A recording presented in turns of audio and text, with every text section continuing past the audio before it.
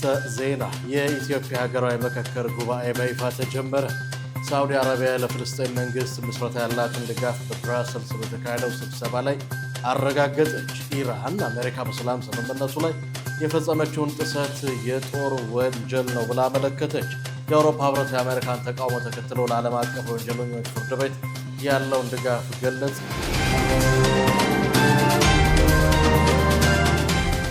ፕሮፐርቲስ ለመኖሪያ ምቹ በሆነችው ሳር ቤት ላይ ከአደምስ ህንፃ አጠገብ እንደዚሁም ደግሞ ቡልጋሪያ ላይ ከአልነጃሺ መስጊድ ፊት ለፊት እጅግ ዘመናዊና ቅንጡ የሆኑ የመኖሪያ ቤቶችን ከባለ 1 መኝታ እስከ ባለ 3 መኝታ በተለያዩ የካሬ አማራጭ ያላቸውን ቤቶች በ20% ቅድመ ክፍያ እንደዚሁም 80%ቱን ያለምንም ወለድ ያለምንም ዋጋ ጭማሪ ከፍላችሁ የምትጨርሱበትን ያከፋፈል ሁኔታ አመቻችተን በሽያጭ ላይ እንገኛለን። እንዲሁም ደግሞ የንግድ ሱቆችን ከ900 ሺህ ብር ቅድመ ክፍያ ጀምሮ እኛ ጋር ማግኘት ይችላሉ። ለበለጠ መረጃ ታች በምናስቀምጠው ስልክ ይደውሉልን። ቴምር ፕሮፐርቲስ የህልሞ ማረፊያ።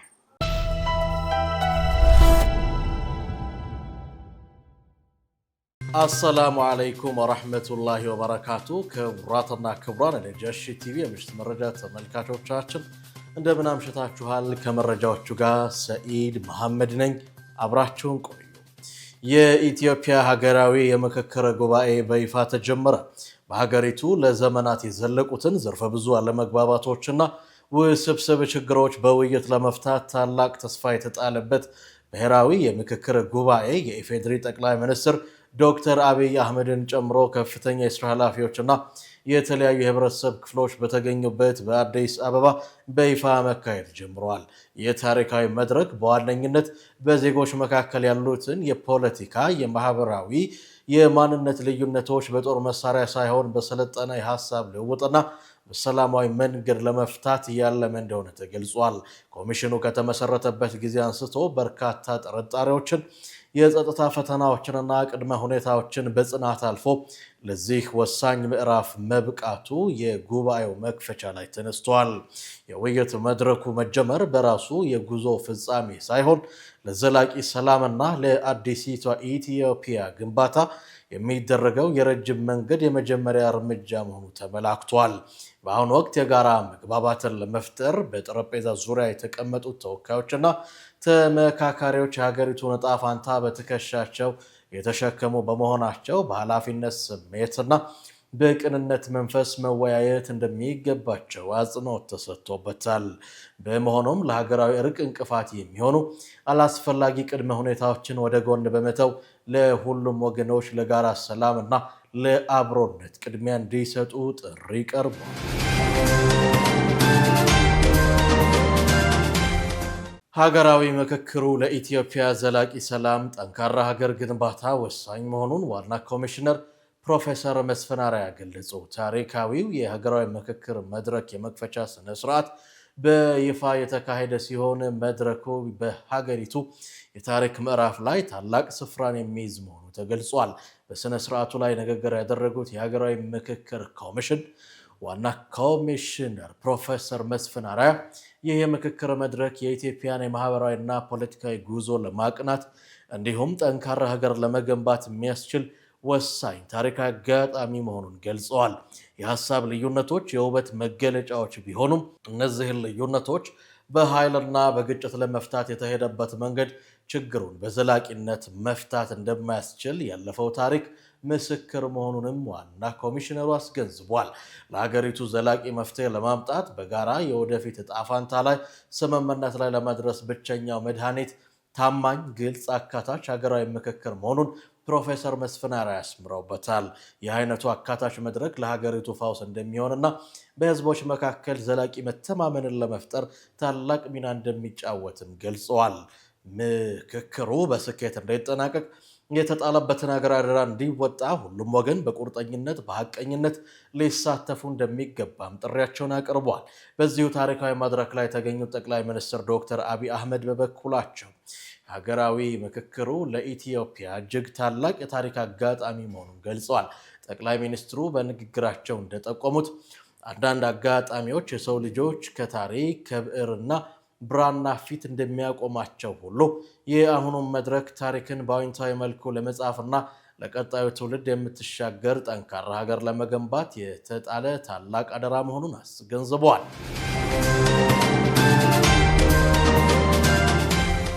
በግጭት የተገነባ ሀገር እንደሌለና ሀገራዊ ምክክሩ ለኢትዮጵያ ብሩህ ተስፋ መሳካት ወሳኝ መሆኑን የኢጋድ የአፍሪካ ህብረት ተወካይ ገለጹ። የኢጋድ ዋና ጸሐፊ ዶክተር ወርቅነህ ገበየሁ በኢትዮጵያ ሀገራዊ ምክክር ጉባኤ መክፈቻ ስነ ስርዓት ላይ ባስተላለፉት መልእክት በዓለም ታሪክ ውስጥ በግጭት በጦርነት የተገነባም ሆነ ትርፍ ያገኘ አንድም ሀገር አለመኖሩን አስገንዝበዋል። በፖለቲካዊና ማህበራዊ ህይወት ውስጥ የሀሳብና የአመለካከት ልዩነት መኖራቸው ተፈጥሯዊ መሆኑን የጠቀሱት ዋና ጸሐፊው ዋናውና ትልቁ ስህተት ግን እነዚህ ልዩነቶች ሰላማዊ በሆነ መንገድ በውይይት ከመፍታት ይልቅ በኃይልና በጠመንጃ ለመፍታት መሞከር መሆኑን በጽኑ አሳስበዋል።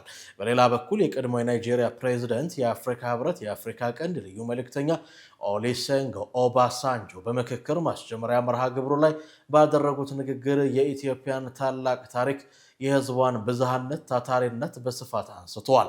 ይህ ታላቅና ታታሪ ህዝብ የሰነቀውን ብሩህ የጋራ ተስፋ በተግባር ለማሳካት አሁን በሀገር አቀፍ ደረጃ የተጀመረው ምክክር በስኬት መጠናቀቅ እጅግ ወሳኝና ዋነኛው መሰረታዊ ቁልፍ መሆኑን በአጽንኦት አስገንዝቧል። ይህ በታዋቂ ዓለም አቀፍና አህጉራዊ መሪዎች የተሰጠው ምስክርነትና ምክር ኢትዮጵያውያን ልዩነቶቻቸውን በጠረጴዛ ዙሪያ በውይይትና በምክክር በመፍታት ለዘላቂ ሰላም ቅድሚያ መስጠት እንዳለባቸው የሚያሳይ ነው።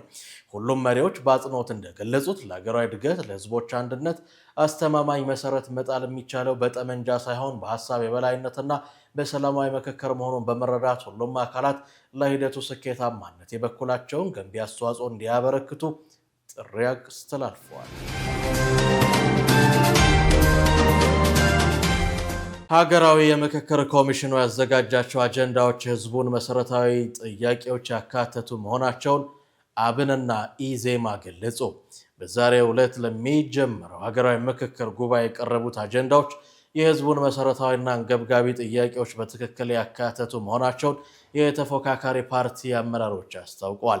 የኢትዮጵያ ዜጎች ለማህበራዊ ፍትህ ኢዜማ ምክትል ኃላፊ ንጋቱ ወልዴና የአማራ ብሔራዊ ንቅናቄ አብን የሰው ሀብት አስተዳደር ኃላፊ ኤርሚያስ ተገነ ከኤንቢሲ ኢትዮጵያ ጋር በነበራቸው ቆይታ ማህበረሰቡ እንዲሻሻሉ መፍትሄ እንዲያገኙ የጠየቃቸው ቁልፍ ጉዳዮች እንዲሁም ፓርቲዎቹ ያነሷቸው የፖለቲካ አጀንዳዎች በምክክር ኮሚሽኑ ሰነድ ላይ በትክክል መካተታቸውን አረጋግጠዋል። ይህ አገራዊ የምክክር ሂደት ከትጥቅና ከኃይል አማራጭ ይልቅ የሀሳብ ልዕልና የሚነግስበት ውስብስብ የሀገሪቱ ችግሮች በውይይት የሚፈቱበት ታሪክ አጋጣሚ መሆኑን አመራሮቹ ገልጿል። በመሆኑም ከህዝብ ጥያቄዎች ባሻገር ሊቃውንቱንና የባለሙያዎቹን እውቀት ያካተተው ይህ ታላቅ መድረክ እያንዳንዱ ኢትዮጵያዊና ባለድርሻ አካል በከፍተኛ ጥንቃቄ በጉጉትና በባለቤትነት ስሜት ሊከታተለው ሊደግፈው እንደሚገባም አሳስበዋል።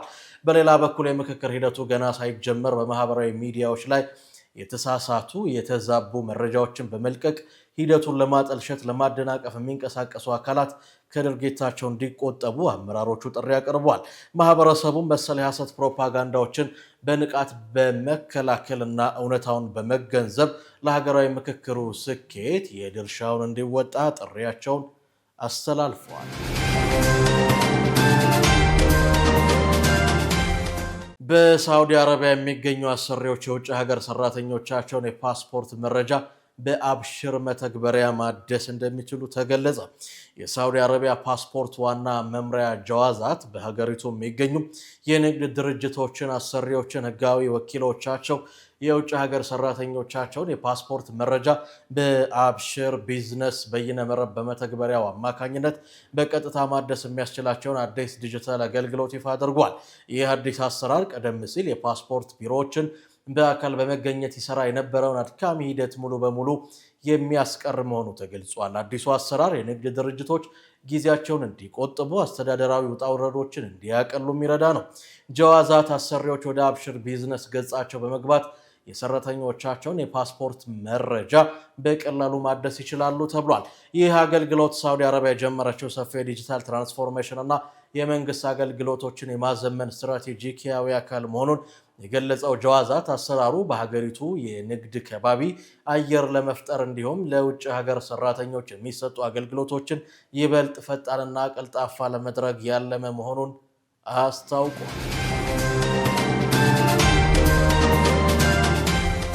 ሳዑዲ አረቢያ ለፍልስጤም መንግስት መስረታ ያላትን ድጋፍ በብራሰልስ በተካሄደው ስብሰባ ላይ ዳግም አረጋገጠች። በቤልጂየም ብራሰልስ በተካሄደው ሁለተኛው የፍልስጤም ለጋሾች ቡድን ስብሰባ ላይ ሳዑዲ አረቢያን የወከሉት ውጭ ጉዳይ ሚኒስቴር የባለ ሙሉ ስልጣን ሚኒስትር ዶክተር ማናል ሬድዋን ሀገራቸው ለፍልስጤም መንግስት የምታደርገውን ሁለንተናዊ ፖለቲካዊ፣ ኢኮኖሚያዊና ዲፕሎማሲያዊ ድጋፍ በድጋሚ አረጋግጠዋል።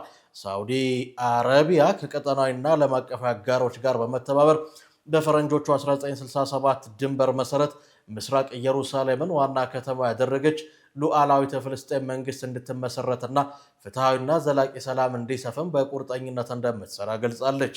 ዶክተር ማናል ሬድዋን በጋዛ ሰርጥ የተኩስ አቁም ስምምነት ከተደረሰ ከ9 ወራት በኋላ የሰብአዊ ሁኔታ አሁንም እጅግ አሳሳቢ መሆኑን በንግግራቸው ጠቁሟል። እስራኤል የጋዛን 70% የሚሆነውን ግዛት በወታደራዊ ቁጥጥር ስር በማድረጓ ቀሪው ክፍል በሐማስ ቁጥጥር ስር መሆኑ እንዲሁም ሰብአዊ እርዳታ በመልሶ ግንባታና በሲቪል ህይወት መረጋጋት ላይ የተጣሉ ቀነ ገደቦች ቀውሱን እንዳባባሱት አብራርተዋል።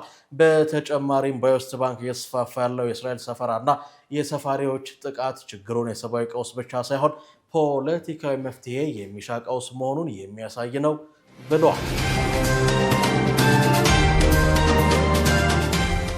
የእንግሊዝ ቤተ ክርስቲያን የፍልስጤምን ሰነድ ለመቀበል የወሰነችው ውሳኔ የእስራኤልን ሃይማኖታዊ አግላይነት ማጋለጡ ተገለጸ። በፍልስጤም የሚገኘው ከፍተኛው የቤተ ክርስቲያን ጉዳዮች ፕሬዝዳንታዊ ኮሚቴ የእንግሊዝ ቤተ ክርስቲያን የፍልስጤም አብያተ ክርስቲያናት ያዘጋጁትንና የእስራኤልን ወረራ የሚቃወመውን የካይሮ ፍልስጤም ሰነድ ለመቀበልና ለመወያየት ያሳለፈችው ታሪካዊ ውሳኔን በደስታ ተቀብሏል። ይህ የእንግሊዝ ቤተ ክርስቲያን ውሳኔ በታሪካዊና በፖለቲካዊ ተጽዕኖች ምክንያት ትልቅ የሞራል ክብደት ያለው ሲሆን ዓለም አቀፉ ማህበረሰብ በፍልስጤማውያን ላይ እየደረሰ ያለውን በደል በቅርበት እንዲገነዘብ፣ ከእስራኤል ወረራ ጀርባ ያለውን ፖለቲካዊ፣ ሃይማኖታዊ ሽፋን እንዲመረምር በር ይከፍታል። በተጨማሪም ውሳኔው የእንግሊዝ ጳጳሳት ምክር ቤት ያላቸውን ተሳትፎ ጨምሮ ለፍትህ፣ ለሰላም በሚደረገው ትግል ላይ ጠንካራና ተጨማሪ ድምፅ እንደሚሆን ተገልጿል። ኢራን አሜሪካ በሰላም ስምምነቱ ላይ የፈጸመችውን ጥሰትና የጦር ወንጀል ለተባበሩት መንግስታት ድርጅት አመለከተች። ኢራን በአሜሪካ ላይ ያላትን ከፍተኛ ቅሬታና ክስ የያዘ ይፋዊ ደብዳቤ ለተባበሩት መንግስታት ድርጅት ዩኤን ማስገባቷ ተሰምቷል። ቴህራን በደብዳቤዋ ላይ ዋሽንግተን በይፋ ጦርነቱን ለማቆም የተደረሰውን የኢስላማባድ የመግባቢያ ስምምነት በግልጽ መጣሷን እና የጦር ወንጀሎችን እየፈጸመች መሆኑን በጽኑ ከሳለች። በተባበሩት መንግስታት ድርጅት በኢራን ቋሚ መልእክተኛ በኩል የቀረበው ይህ ክስ ዋሽንግተን በኢራን ሉዓላዊ ግዛት ላይ አዲስ ወታደራዊ ጥቃት ማድረሷን በዋናነት ያነሳል። ከዚህ በተጨማሪም አሜሪካ ቀደም ሲል ለኢራን የነዳጅ ሽያጭ ፈቅዳ የነበረውን ፈቃድ በድንገት መሰረዟ፣ በሆርሙዝ ባህረ ሰላጤ በኩል ትይዩ የሆነ አዲስ የባህር መስመር ለመዘርጋት መሞከሯና ለአሜሪካ የሚደረገውን የኢኮኖሚ ማዕቀብ ማጥበቋ በደብዳቤው ላይ በዝርዝር ተገልጿል። እነዚህ እርምጃዎች ኢስላማባድን የሰላም ስምምነት ሙሉ በሙሉ አደጋ ላይ የሚጥሉ መሆናቸውን የቴህራን ባለስልጣናት አስገንዝበዋል። የአውሮፓ ህብረት የአሜሪካን ተቃውሞ ተከትሎ ለዓለም አቀፍ ወንጀለኞች ፍርድ ቤት ያለውን ጽኑ ድጋፍ አረጋገጠ። የአውሮፓ ህብረት የአሜሪካ መንግስት በሄግ በሚገኘው የዓለም አቀፍ የወንጀለኞች ፍርድ ቤት የጀመረውን ተጽዕኖ የማሳደር እንቅስቃሴ ተከትለው ለፍርድ ቤቱ ያለውን ጠንካራ ድጋፍ በድጋሚ ገልጿል። የህብረቱ ቃል አቀባይ አንዋር ኤል አኑኒ ህብረቱ ለዓለም አቀፉ ጸረ ፍትህ ዘመቻና ከቅጣት ነፃ መሆንን ለመዋጋት የሚደረገውን እንቅስቃሴ ለመታገል ያለውን አቋም በፍጹም አይቀይርም ብለዋል። ቃል አቀባዩ በፍርድ ቤቱ የባለስልጣናቱና አባላቱ ላይ የሚሰነዘሩ ማናቸውንም ጥቃቶችና ዛቻዎች ተቀባይነት የሌላቸው መሆናቸውን በመግለጽ ፍርድ ቤቱ ትኩረት የሚያደርገው በከባድ ወንጀሎች የሚጠረጠሩ ግለሰቦች ላይ እንጂ የሀገሪቱን ሉዓላዊነት አደጋ ላይ የሚጥል እንዳልሆነ አስገንዝቧል። በአውሮፓ የተከሰተው የአየር ንብረት መዛባት በፈረንሳይ ከባድ የሰደድ እሳት ሲያስከትል በእንግሊዝ የሺዎችን ሕይወት ቀጥፎ የሙቀት ማዕበል አስከተለ። በአውሮፓ እየተባባሰ የመጣው ከፍተኛ የሙቀት መጠንና የአየር ንብረት መዛባት በፈረንሳይ እንግሊዝ ከባድ ሰብአዊ ቁሳዊ ውድመት አስከትሏል። በፈረንሳይ ታሪካዊ በሆነው የፎንቴን ብሉ ደን ውስጥ የተቀሰቀሰውና ከ1920 ሄክታር በላይ መሬት ያወደመውን ከባድ የሰደድ እሳት ለመቆጣጠር ከ600 በላይ የእሳት አደጋ ተከላካዮች ከፍተኛ ርብርብ አድርገዋል። ከዚህ አውዳሚ የሰደድ እሳት መነሳት ጋር ተያይዞ ሆነ ብለው እሳት በመለኮስ የተጠረጠሩ 59 ሰዎች በቁጥጥር ስር ውለዋል። መንግስት በወንጀለኞቹ ላይ ከባድ ቅጣት እጥላለሁ ብሏል። በመጨረሻም ወደ ዕለቱ የቢዝነስ መረጃ እናልፋለን። ዙበይዳ ሐሰን እንደሚከተለው አዘጋጅተዋለች። የቡና ገበያ መዋዠቅ ዋነኛ መንስኤው የአቅርቦትና የፍላጎት ሁኔታ መሆኑ ተነገረ። የተባበሩት መንግስታት የግብርናና የምግብ ድርጅት ፋኦ ባወጣው አዲስ ጥናት መሰረት በዓለም አቀፍ የቡና ገበያ ላይ ለሚታየው የዋጋ መቀያየር ዋነኛ መንስኤዎቹ የአቅርቦትና የፍላጎት ሁኔታ መሆኑን ይፋ አድርጓል። ፋኦ የዋጋ ተለዋዋጭነት በዓለም አቀፍ የመጠጥ ገበያዎች በሚል ርዕስ አዲስ ጥናታዊ ሪፖርት ከሰሞኑ ይፋ አድርጓል። በዚህም የአጭር ጊዜ የቡና ዋጋ መለዋወጥ ከ90 በመቶ በላይ የሚወስነው የአቅርቦትና የፍላጎት ሁኔታ መሆናቸውን ገልጸዋል። ከዚህም አንጻር አጠቃላይ የማክሮ ኢኮኖሚ ሁኔታዎች በዋጋ ላይ ያላቸው ተጽዕኖ አነስተኛ መሆኑንም አረጋግጧል።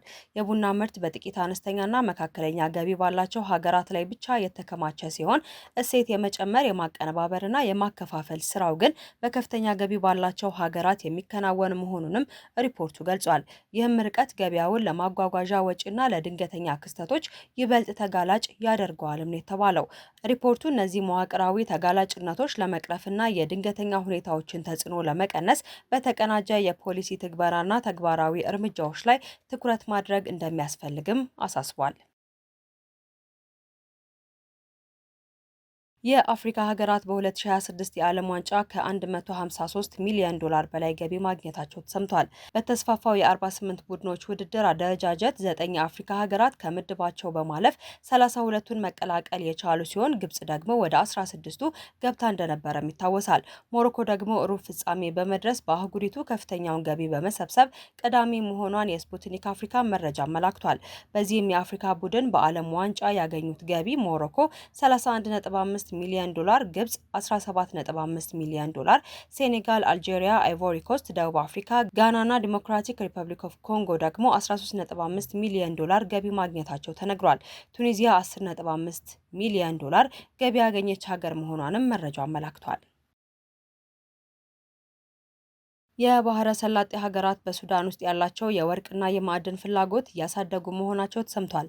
እንደ ሳዑዲ አረቢያ፣ የተባበሩት አረብ ኤሚሬትና ኳታር ያሉ የባህረ ሰላጤ ሀገራት በሱዳን ውስጥ ያለውን ቀጥተኛ ያልሆነ ጦርነትና አለመረጋጋት ተገን በማድረግ በሀገሪቱ የወርቅ የማዕድን ሀብትና የስትራቴጂካዊ ተጽዕኖ ላይ ያላቸው ተሳትፎ በከፍተኛ ደረጃ እያሳደጉ መሆናቸው ዘገባው አመላክቷል። የንግድና የጂኦፖለቲካል ተንታኞች እንደሚሉት የባህረ ሰላጤ መንግስታት ከነዳጅ ዘይት ጥገኝነት ውጪ ኢኮኖሚያቸውን ለማሳደግ በሚደረገው ጥረት ውስጥ እንደ ሱዳን ያሉ የማዕድን ባለጸጋ ሀገራትን ዋነኛ ኢላማቸው አድርገዋል ብለዋል። በተለይም በሱዳን ውስጥ የሚመረተው ወርቅና ሌሎች ውድ ማዕድናት በባህረ ሰላጤ ሀገራት ከፍተኛ የኢኮኖሚና የስትራቴጂካል ጥቅም የሚያስገኙ ሆኖ ተገኝተዋልም ነው የተባለው። የተባበሩት አረብ ኤሚሬት ከዚህ ቀደም የሱዳንን የወርቅ ኤክስፖርት በብቸኝነት በመቆጣጠር ረገድ ቀዳሚ ተጠቃሽ ሀገር መሆኗም ዘገባው አመላክቷል። በአሁኑ ወቅት ግን ሳዑዲ አረቢያ የወርቅ ግዢ ስምምነቶችን በመፈጸምና ከሱዳን ማዕድን ሚኒስቴር ጋር ቀጥተኛ የፍላጎት ውሎችን በመፈራረም የአቡዳቢን የበላይነትን ለመቀናቀን እየተንቀሳቀሰች ነው ሲል ቢዝነስ ኢንሳይት አፍሪካ ዘግቦታል። ሆኖም ግን ይህ የሀገራቱ ሽሚያ ሱዳን ውስጥ ካለው የእርስ በእርስ ጦርነት ጋር በጥብቅ የተቆራኘ በመሆኑ ስጋቶችን ፈጥሯል ተብሏል።